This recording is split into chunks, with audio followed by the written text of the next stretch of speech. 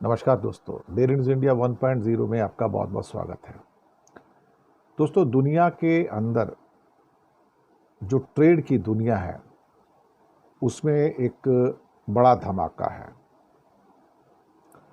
China का खौफ बढ़ता चला जा रहा है और ख़ास तौर से उनका जो पहले 11 महीने में 2025 में 1.1 ट्रिलियन डॉलर का जो ट्रेड सरप्लस है उससे दुनिया खौफ में है, क्योंकि 1.1 ट्रिलियन डॉलर का तो क्या कहते हैं कि जो जीडीपी होता है, इकॉनमी होता है, 150 से ज़्यादा मुल्कों का नहीं है।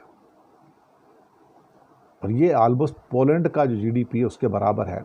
ये जो ट्रेड सरप्लस है 3,600 बिलियन डॉलर का एक्सपोर्ट और 2,500 बिलियन डॉलर का इंपोर्ट, तो 1,100 बिलियन डॉलर या जिसको 1.1 ट्रिलियन डॉलर कहा जाता है, ये ट्रेड सरप्लस आ गया है।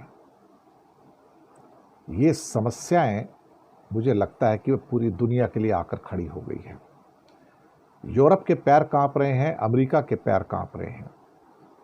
अमेरिका को तो एक्सपोर्ट चाइना का 29% कम हुआ, लेकिन साहब लैटिन अमेरिका से लेके अफ्रीका, एशिया, ऑस्ट्रेलिया, यूरोप, सब जगह अथाह गति से उसके एक्सपोर्ट बढ़ गए हैं। रोका कैसे जाए इसको? कैसे रोकोगे उसको? हर वो चीज जो दुनिया में बन सकती है वो चीन की फैक्ट्री में बन रही है। ये ठीक है कि चीन की डोमेस्टिक डिमांड में वृद्धि 1.9%, लेकिन उसको एक्सपोर्ट से 5.9% का इंक्रीज करके वो मार्केट जहां पर थोड़ी भी वृद्धि करना मुश्किल हो रहा था, ऑलमोस्ट 6% का इंक्रीज करना गुड्स एक्सपोर्ट के अंदर एक चमत्कार से कम नहीं है, एक मिरेकल है, एक मैजिक है। और चाइना ने कर दिखाया है।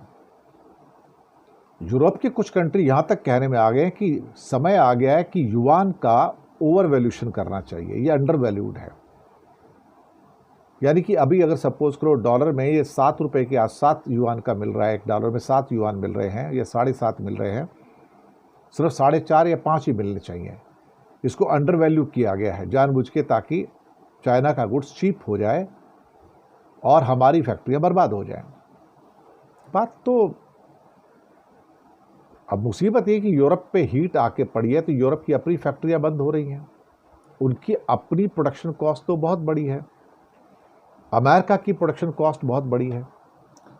अब ऐसे में जो भी सामान सस्ते में चाइना के द्वारा बनाया जा सकता है, अब उसको रोकोगे कैसे? हो सकता है कि आप थोड़ा बहुत क्या कहते हैं कि एंटी डंपिंग ड्यूटीज लगा सकते हो, जैसे इंडिया उनके स्टील के ऊपर, मेटल्स के ऊपर एंटी डंपिंग ड्यूटी लगाता है। लेकिन एंटी डंपिंग ड्यूटी लगा के भी, टैरिफ बढ़ा के भी आप उसके बराबर का गुड्स तो पैदा नहीं कर सकते ना। और चाइना का ये जो खौफ है, जो पूरी दुनिया की फैक्ट्री बन गया है, यूनाइटेड नेशन की जो इंडस्ट्रियल डेवलपमेंट ऑर्गेनाइजेशन है यूनिडो, उसके अनुसार करीब करीब दुनिया का 30 से 35% प्रोडक्शन इस टाइम चाइना कर रहा है, फैक्ट्री प्रोडक्शन दुनिया का। और उनका अनुमान है कि 2030 के अंदर ये प्रोडक्शन 40% से लेके 60% तक हो जाएगा। उनका ये कहना है कि जितनी भी एडवांस मैन्युफैक्चरिंग है, जो मतलब बहुत उन्नत किस्म की इलेक्ट्रॉनिक मैन्युफैक्चरिंग है, जो बहुत ऊपर की, वो कहते हैं उसका तो 60 से 70% सिर्फ चाइना दे रहा है और तो कोई नहीं देगा। तो एडवांस मैन्युफैक्चरिंग पूरी की पूरी मोनोपोली चाइना की बनती जा रही है। जो ट्रेडिशनल मैन्युफैक्चरिंग है वहाँ भी 40% पे आ जाएगा। यानी कि पूरी दुनिया की फैक्ट्रियों का 40% उत्पादन चाइना में होगा और एडवांस मैन्युफैक्चरिंग का 60% पूरी दुनिया का उत्पादन सिर्फ चाइना में होगा। तो बाकियों के लिए बचता क्या है फिर यहाँ पर? तो बाकियों को फिर रोज़गार कहाँ से मिलेगा? फैक्ट्रियाँ तो खुलने वाली नहीं है। जब फैक्ट्रियाँ नहीं खुलेंगी तो रोज़गार नहीं है, रोज़गार नहीं है तो बेरोज़गारी है, बेरोज़गारी है तो इकॉनमी नीचे जाएगी सारी की सारी। भारत से लोगों को उम्मीद है कि भारत भी कुछ एक मैन्युफैक्चरिंग करेगा, लेकिन भारत के पास वो मैन्युफैक्चरिंग की ताकत ही नहीं है ना। मुसीबत ये है, हमारे पास इनोवेशन नहीं है ना। हमारे पास वो ब्रेन नहीं है जो चाइना के पास है, जो एडवांस मैन्युफैक्चरिंग के अंदर नई नई चीज़ें, इनोवेशंस बना सके। और दूसरी बात, हमारे पास वो ज़ील और एंथुसिज्म भी नहीं है, मोटिवेशन भी नहीं है। हम धीरे धीरे एक ट्रेडिंग नेशन बन गए, चाइना मैन्युफैक्चरिंग नेशन है। हम दरअसल मैन्युफैक्चरिंग नेशन बनना ही नहीं चाहते, हम एक ट्रेडिंग नेशन ही बन के रहना चाहते हैं। इधर का माल लिया उधर दे दिया, इधर का माल लिया उधर दे दिया। तो यही हो रहा है। और इसी की वजह से देखा जाए तो मुझे लगता है कि चीन का बढ़ता हुआ प्रभुत्व सभी देशों के लिए खतरा, और 11 महीने में 1.1 ट्रिलियन का ट्रेड सरप्लस एक्सपोर्ट और इंपोर्ट के बीच का, ये हमने इतिहास में कभी नहीं सुना। किसी एक साल में $1 ट्रिलियन का भी ट्रेड सरप्लस आज तक किसी देश का नहीं आया। और लेकिन 11 महीने में इस साल $1.1 ट्रिलियन का ट्रेड सरप्लस पैदा करके चाइना ने भूकंप ला दिया है पूरी दुनिया के ट्रेड के अंदर।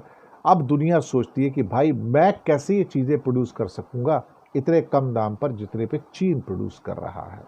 ऑलरेडी हमारी सारी शेल्फ पे देखा जाए सुबह से लेकर शाम तक तो चीन चीन चीन चीन ही नज़र आता है और कुछ नज़र आता नहीं है। शुक्रिया आपका।